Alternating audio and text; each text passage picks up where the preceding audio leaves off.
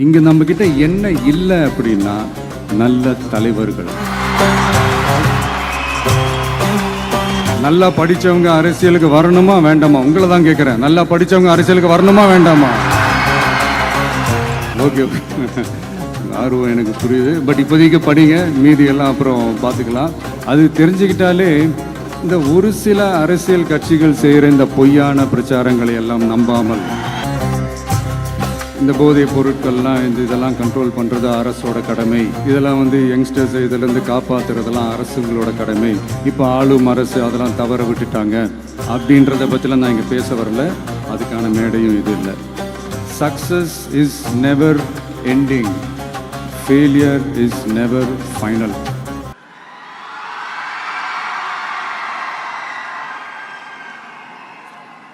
நடந்து முடிஞ்ச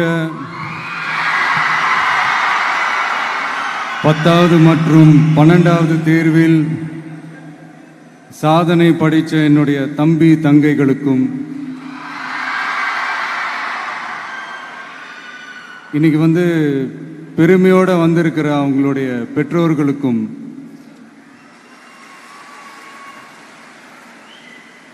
இந்த ஃபங்க்ஷன் இவ்வளோ சிறப்பாக நடக்க காரணமாக இருக்கிற என்னுடைய பொதுச் செயலாளர் மிஸ்டர் ஆனந்த் அவர்களுக்கும்,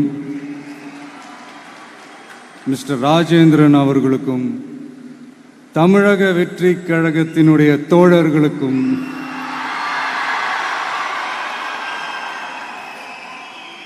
ஏன்னா நீங்கள் தான் இரவு பகல்லாம் பார்க்காம இந்த ஏற்பாடுகள்லாம் இவ்வளோ சிறப்பாக செஞ்சு முடிச்சிருக்கீங்க.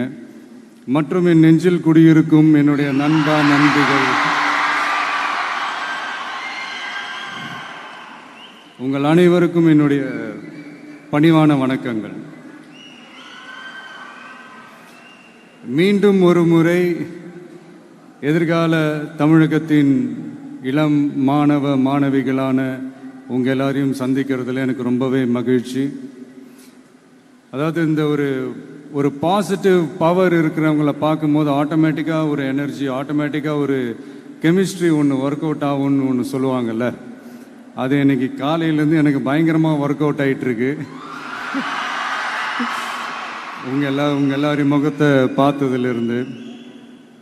ஸோ மை டியர் குட்டி நண்பா நண்பீஸ், இந்த மாதிரி ஃபங்க்ஷனில் சின்னதாக 2 நல்ல விஷயம் சொல்கிறத தாண்டி வேறு என்ன சொல்கிறதுன்னு எனக்கு தெரியல. நீங்கள் எல்லாருமே இப்போது அடுத்த ஒரு கட்டத்தை நோக்கி போகிறீங்க. உங்கள் கெரியரை சூஸ் பண்ணக்கூடிய அந்த கட்டத்தை நோக்கி போகிறீங்க. உங்களில் சில பேருக்கு ஒரு கிளியர் பிக்சர் மைண்டில் இருக்கும். அதாவது லைஃப்பில் என்னவா ஆக போகிறோம், ஒரு டாக்டர், இன்ஜினியர், ஒரு பைலட் அப்படின்னு ஒரு கிளியர் பிக்சர் ஒன்று இருக்கும்.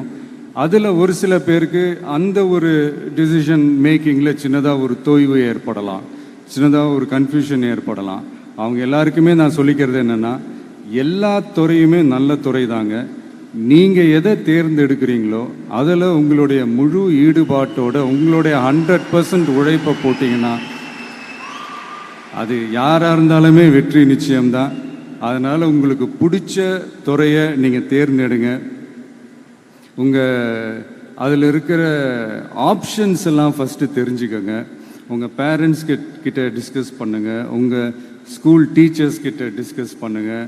இந்த கெரியர் கைடன்ஸ் கொடுக்கறதுக்கெல்லாம் நிறைய பேர் இருக்காங்க, இந்த கெரியர் கவுன்சிலிங் கொடுக்கறதுக்கெல்லாம் நிறைய பேர் இருக்காங்க. அவங்க எல்லாரையும் மீட் பண்ணுங்கள். இந்த மாதிரி ஒரு சந்தர்ப்பத்தில் நான் என்னுடைய ஒரு சின்னதாக ஒரு கெரியர் கைடன்ஸ் உங்ககிட்ட ஷேர் பண்ணணும்னு ஆசைப்பட்றேங்க. பொதுவாக நம்ம ஒரு துறையை தேர்ந்தெடுக்கும் போது அதில் எவ்வளோ டிமாண்ட் இருக்குது அப்படின்றத நம்ம பார்ப்போம் இல்லையா? ஃபார் எக்ஸாம்பிள், மருத்துவம், பொறியியல் மட்டும்தான் நல்ல ஃபீல்டுன்னு சொல்ல முடியாது. இன்னும் சொல்லப்போனால் நம்ம தமிழ்நாட்டில் உலகத்தரத்தில் டாக்டர்ஸ், இன்ஜினியர்ஸ், லாயர்ஸ்லாம் அதிகமாகவே இருக்காங்க. இங்கே நம்மக்கிட்ட என்ன இல்லை அப்படின்னா, இங்கே நமக்கு எது இன்னும் அதிகமாக தேவைப்படுது அப்படின்னா நல்ல தலைவர்கள்.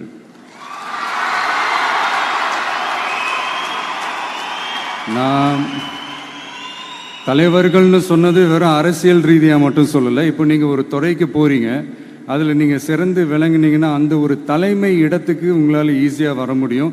அதைத்தான் நான் சொன்னேன், இன்னும் நமக்கு நிறையா தலைவர்கள் தேவைப்படுறாங்க அப்படின்ட்டு. அது மட்டும் இல்லை, ஃப்யூச்சரில் அரசியலும் ஏன் வந்து ஒரு கெரியர் ஆப்ஷனாக வரக்கூடாது? அப்படி வரணுன்றது என்னுடைய விருப்பம். நல்லா படித்தவங்க அரசியலுக்கு வரணுமா வேண்டாமா? உங்களை தான் கேட்குறேன். நல்லா படித்தவங்க அரசியலுக்கு வரணுமா வேண்டாமா? நல்லா படித்தவங்க தலைவர்களாக வரணுமா வேண்டாமா?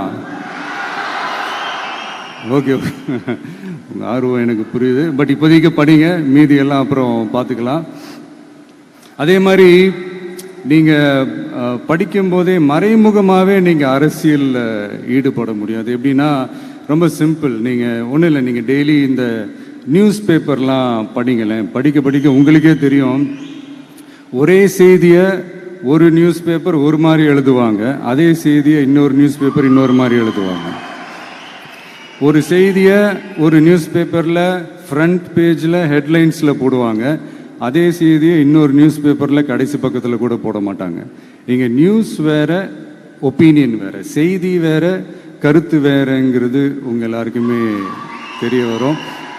இப்போல்லாம் பார்த்தீங்கன்னா நிறையா இந்த மெயின் ஸ்ட்ரீம் மீடியாவுக்கு ஈக்குவலாக நிறையா இந்த சோஷியல் மீடியா சேனல்ஸ்லாம் இந்த நல்லது கெட்டதுன்னு இந்த ஒப்பீனியன்லாம் க்ரியேட் பண்ணுறாங்கல்ல, அதெல்லாம் நீங்கள் பார்த்தீங்கன்னா ரொம்ப ஈஸியாக ஒரு நல்லதை கெட்டதாகவும் கெட்டதும் நல்லதாகவும் நல்லவங்களை கெட்டவங்க மாதிரியும் கெட்டவங்களை நல்லவங்க மாதிரி இந்த மாதிரி புரணி பேசி ப்ரொஜெக்ட் பண்ணுறதெல்லாம் இந்த மீடியா சோஷியல் மீடியாலலாம் நம்ம பார்க்குறோம் இல்லையா? நீங்கள் எல்லாமே பாருங்கள், நீங்கள் எல்லாமே படிங்க, பட் எது உண்மை பொய்ன்னு மட்டும் அனலைஸ் பண்ண மட்டும் கற்றுக்கங்க. அப்போ தான் இங்கே உண்மையிலே நம்ம நாட்டில் என்ன பிரச்சனை, நாட்டோட மக்களுக்கு என்ன பிரச்சனை, இந்த சமூக தீமைகள் பற்றிலாம் உங்களுக்கு தெரிய வரும். அது தெரிஞ்சுக்கிட்டாலே இந்த ஒரு சில அரசியல் கட்சிகள் செய்கிற இந்த பொய்யான பிரச்சாரங்களை எல்லாம் நம்பாமல் எது கரெக்டு, எது தப்பு, எது உண்மை பொய்ன்னு இதை அனலைஸ் பண்ணி பார்த்துட்டு நல்ல தலைவர்களை தேர்ந்தெடுக்கக்கூடிய ஒரு விசாலமான ஒரு உலக பார்வை உங்களால் வளர்த்துக்க முடியும். அது வந்துட்டாலே அதை விட ஒரு சிறந்த அரசியல் வேறு எதுவுமே இருக்க முடியாதுங்க. அதை விட நம்ம நாட்டோட வளர்ச்சிக்கு நீங்கள் செய்ய போகிற அந்த பங்களிப்பு வேறு எதுவுமே இருக்க முடியாது. ஃபைனலாக ஒரே ஒரு சின்ன விஷயம், friendship ads fragrance to life. அதில் எந்த மாற்று கருத்துமே கிடையாது. ஒரு கட்டத்துக்கு அப்புறம் பேரண்ட்ஸுக்கு அடுத்தபடியாக, இன்னும் சொல்லப்போனால் பேரண்ட்ஸை விட அதிகமாக நண்பர்களோட டைம் ஸ்பெண்ட் பண்ணக்கூடிய அந்த ஒரு சூழ்நிலை ஏற்படும். அதனால் நல்ல நண்பர்களை தேர்ந்தெடுங்க. நீங்கள் கேட்கலாம், நட்புன்றது அதுவாக அமையிறது தானே, நாம் எப்படி சூஸ் பண்ண முடியும்னு. அது ஒரு விதத்தில் கரெக்டு தான். அதனால் நான் கொஞ்சம் வேறு மாதிரி சொல்கிறேன். இப்போது உங்களுடைய இந்த நட்பு வட்டாரத்தில் இப்போ ஏதோ ஒரு விஷயம் தப்பாக இருக்குது அப்படின்னா, இப்போது அதில் சில பேர் இந்த தவறான பழக்கங்களில் ஈடுபட்டிருந்தாங்கன்னா முடிஞ்சால் அவங்கள நல்வழிப்படுத்த பாருங்கள். இந்த தவறான பழக்கங்களில் மட்டும் ஈடுபடாதீங்க, ஈடுபடக்கூடாது.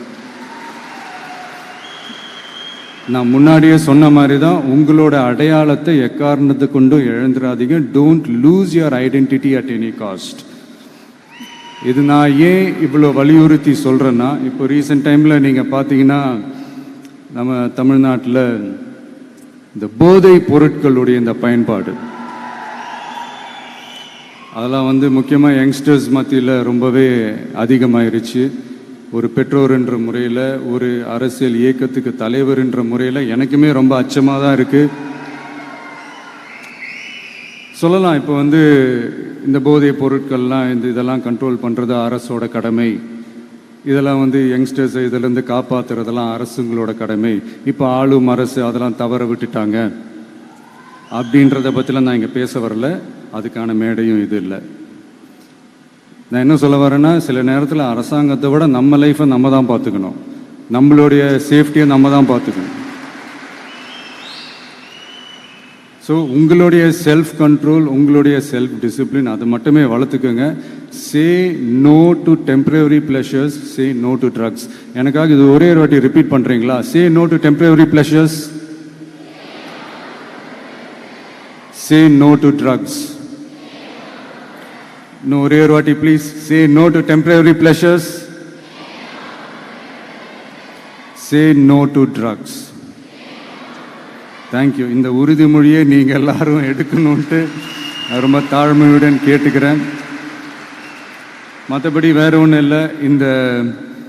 இந்த தேர்வில் தேர்ச்சி பெற முடியாதவங்க, நினச்ச மாதிரி மார்க்ஸ் எடுக்க முடியாதவங்க ஒன்றும் லைஃப்பில் எதுவும் டிசப்பாயிண்ட் ஆகாதீங்க. வெற்றி தோல்வி ரெண்டுமே ஈக்குவலாக பேலன்ஸ் பண்ணி போக கற்றுக்கிட்டாலே போதும். தோல்வி நம்மக்கிட்ட வர்றதுக்கே பயப்படும். Success is never ending, failure is never final. So இதை மட்டும் புரிஞ்சுக்கோங்க. நான் 3ஆம் தேதி மீட் பண்ண போகிற அந்த செட் ஆஃப் ஸ்டூடெண்ட்ஸ் அண்ட் பேரண்ட்ஸுக்கும் சேர்த்து தான் இன்றைக்கி வந்து நான் பேசுகிறேன். ஏன்னா மறுபடியும் இந்த மாதிரி அட்வைஸ் பண்ணி அவங்கள நான் போர் அடிக்க விரும்பலை. ஏன்னா ஜென்ரலாகவே தெரியும் அட்வைஸ் பண்ணவங்க எல்லாருக்கும் பிடிக்காதுன்னு. ஏன்னா நானும் அப்படி தான். அதனால் ஸோ அன்றைக்கி வந்து டைரெக்டாக நம்ம வந்து ஸ்டூடெண்ட்ஸை கௌரவிக்கிற அந்த நிகழ்ச்சிக்கு நம்ம போயிடலாம். So thank you. மீண்டும் சந்திக்கும் வரை நன்றி, வணக்கம்.